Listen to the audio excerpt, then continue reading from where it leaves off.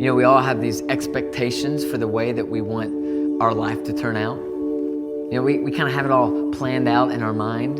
Even from the time you're a little kid, you have these dreams, like maybe the dream to be an astronaut, or the dream to be an actress, or maybe even a rock star.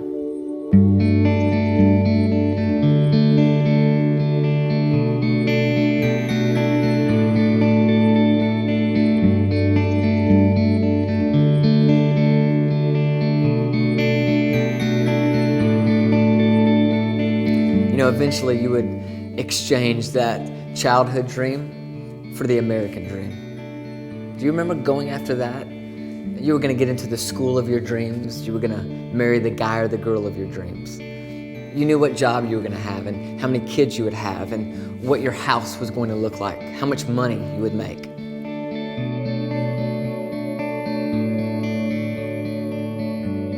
But then there was that moment when all of a sudden one of your dreams shattered. It was that moment that you kind of discovered that maybe life wasn't going to turn out the way you thought life was going to turn out. And nobody ever dreamed that they'd have cancer at age 36. Nobody ever dreamed that they'd be fired at 54. Nobody ever dreamed that they'd be divorced twice by 45, or they'd be alone and depressed at 26. No one ever dreamed that they wouldn't be able to have kids, or that they'd end up bankrupt. And yet every one of us have at least one aspect of our lives that has not turned out the way we thought it was going to turn out.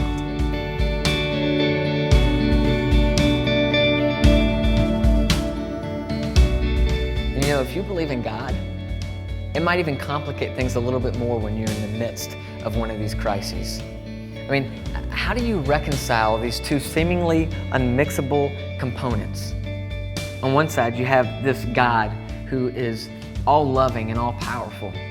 But then on the other side, you have this life that's full of disappointment and crisis and hurt. And I'm just so sick of this version of Christianity where we feel like our entire theology can fit on a t-shirt, a bumper sticker, or maybe even a bracelet. The reality is, sometimes you have more questions than you do answers. The reality is, sometimes you lack the faith that will give you a sustained hope. And if you search your heart, what you'll discover is that even though you know that God is with you, sometimes you feel utterly and completely alone.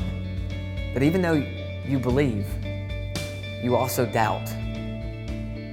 So what do you do with an unmet expectation?